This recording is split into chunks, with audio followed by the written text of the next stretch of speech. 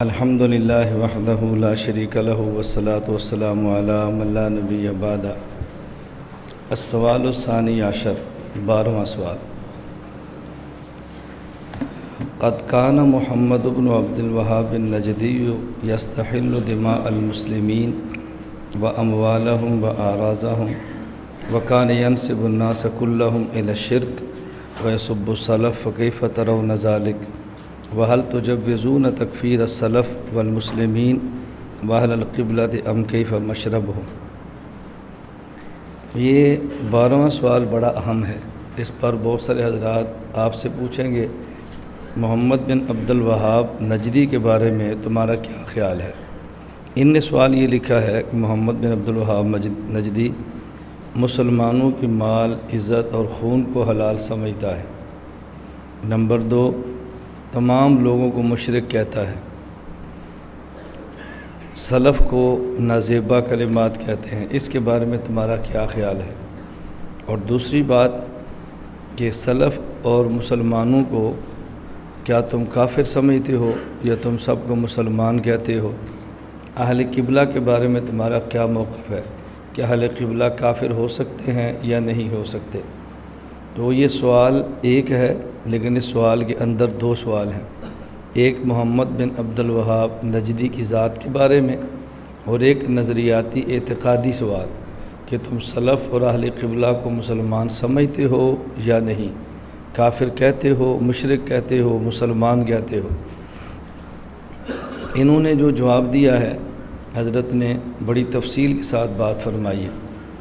پہلی بات، محمد بن عبد الوہاب کے بارے میں فرمایا کہ صاحب الدر المختار نے خوارج کا تذکرہ کیا ہے، جو خود کو مسلمان کہتے تھے، اپنے علاوہ دوسروں کو کافر کہتے، مسلمانوں کو قتل کرتے، مسلمان کے خون کو حلال سمجھتے تھے۔ تو صاحب در مختار نے اسی کے تحت کہا کہ محمد بن عبد الوہاب بھی ایسا ہی شخص تھا۔ حضرت نے رائے المہند میں یہ دی ہے۔ الدر المختار کے حوالے سے آپ نے سنا ہوگا، اصل میں یہ 3 کتابیں ہیں۔ ایک کتاب ہے متن تنویر الابصار، آگے اس کی شرح ہے الدر المختار، اس پہ حاشیہ ہے رد المختار، جسے فتاوی شامیہ کہتے ہیں، فتاوی ابن عابدین بھی کہتے ہیں۔ تو حضرت نے یہاں پر اتنی بات ذکر فرمائی ہے، اور یہ فرمایا کہ محمد بن عبد الوہاب کا ہمارے ساتھ کوئی تعلق نہیں ہے، نہ سلسلہ تفسیر میں، نہ سلسلہ حدیث میں، نہ سلسلہ تصوف میں، تینوں میں ہمارے طریق پر نہیں تھا۔ لیکن یہ حضرت کی قدیم رائے ہے، جدید رائے یہ نہیں ہے۔ اس کے بعد حضرت کی رائے محمد بن عبد الوہاب کے بارے میں سے مختلف ہے۔ اس کا معنی یہ ہے کہ پہلے آپ ہندوستان میں تھے اور آپ نے احوال ان کے بارے میں سنے تھے، تو رائے اور تھی۔ جب مستقل مدینہ منورہ قیام فرمایا اور حالات کو آنکھوں سے دیکھا تو حضرت کی رائے بدل گئی، اور ایسا ہوتا رہتا ہے۔ بس اوقات ایک شخص کے بارے میں رائے اور ہوتی ہے، اور آدمی حالات دیکھتا ہے تو رائے بدل جاتی ہے۔ ایک حدیث کا ایک ہی راوی ہے، ایک اس کو ثقہ کہتا ہے، دوسرا اس کو کذاب کہتا ہے۔ تو جس کے سامنے احوال اچھے ہیں اس نے ثقہ کہہ دیا، جس کے سامنے احوال ٹھیک نہیں اس نے کذاب کہہ دیا۔ تو اس لیے محمد بن عبد الوہاب کے بارے میں پہلے رائے وہ تھی، اب یہ نہیں ہے۔ حضرت مولانا منظور احمد نعمانی رحمۃ اللہ علیہ نے یہ مستقل ایک کتابچہ لکھا ہے، شیخ محمد بن عبد الوہاب اور ہندوستان کے علماء حق۔ یہ دیکھیں، یہ مستقل آپ نے کتابچہ لکھا ہے، جس میں ثابت کیا ہے کہ شیخ محمد بن عبد الوہاب کے بارے میں غلط فہمیاں بہت زیادہ پھیلا دی گئی ہیں، ایسا بندہ وہ تھا نہیں، جو باتیں غلط مشہور کی گئی ہیں۔ حضرت نے اس میں مولانا سہارنپوری رحمۃ اللہ علیہ کے 2 خط لکھے ہیں۔ ایک ان میں خط ہندوستان کا ایک رسالہ مولانا ظفر علی خان نکالتے تھے زمیندار کے نام پر، اس میں حضرت کا خط ہے، اور بعد میں اس رسالے میں جتنے خطوط آتے رہے، اکابر کے خطوط کے نام سے کچھ خطوط چھپے ہیں، تو جو خط اس کے اندر تھے وہ بھی اکابر کے خطوط کے اندر ہیں۔ اس کے اندر حضرت کا یہ خط موجود ہے، جس سے معلوم ہوتا ہے کہ حضرت کی رائے بالکل بدل گئی ہے۔ مدینہ منورہ میں ایک عالم تھے شیخ عبداللہ، ان کے بارے میں فرماتے ہیں، کاظل قضات شیخ عبداللہ، جن کا مکان میرے مکان کے قریب ہی ہے، ان سے اکثر ملاقات ہوتی رہتی ہے اور دینی مسائل میں گفتگو بھی ہوتی ہے، بڑے عالم ہیں، مذہب اہل سنت والجماعت رکھتے ہیں، ظاہر حدیث پر جیسا کہ امام احمد بن حنبل رحمۃ اللہ علیہ کے طریق ہے عمل کرتے ہیں۔ شیخ الاسلام ابن تیمیہ اور شیخ الاسلام ابن قیم کی کتابوں کو زیادہ محبوب اور پیش نظر رکھتے ہیں۔ ہمارے علماء کے نزدیک بھی یہ دونوں بزرگ بڑے مرتبہ کے عالم ہیں، بدعات اور محدثات سے نہایت متنفر ہیں، توحید و رسالت کو اپنے ایمان کی جڑ قرار دے رکھا ہے۔ الغرض میں نے جہاں تک خیال کیا، اہل سنت کے عقائد سے ذرا بھی انحراف نہیں، اور اکثر اہل نجد قرآن شریف پڑھے ہوئے ہیں، کثرت سے حفاظ ہیں، صلاۃ باجماعت کی نہایت پابند ہیں۔ آج کل مدینہ منورہ میں سخت سردی کا زمانہ ہے، مگر اہل نجد صبح کی نماز میں پابندی کے ساتھ آئے ہیں۔ بہرحال اس قوم کی حالت دینی نہایت اطمینان بخش دیکھی ہے۔ اب یہ سارے وہ تھے جو شیخ محمد بن عبدالوہاب کے متبعین میں شمار ہوتے ہیں۔ حضرت کا ایک دوسرا خط ہے، وہ اس سے بھی زیادہ بہتر ہے۔ حضرت سہارنپوری رحمۃ اللہ علیہ مدینہ منورہ میں تھے۔ حافظ محمد یعقوب گنگوہی رحمۃ اللہ علیہ نے حضرت کو خط لکھا اور وہاں کے حالات معلوم کیے۔ حضرت نے جواب دیا، میرے خیال میں یہ حکومت اس زمانہ کے اعتبار سے نہایت دیندار واقع ہوئی ہے اور نیک نیتی کے ساتھ کام کر رہی ہے۔ جس قدر بڑے بڑے کام ہوئے ہیں، کوئی بھی میرے نزدیک ایسا نہیں جس میں دین کا پہلو نہ ہو، اور بعض امور صغار جس میں کچھ فروگزاشت ہو رہی ہے۔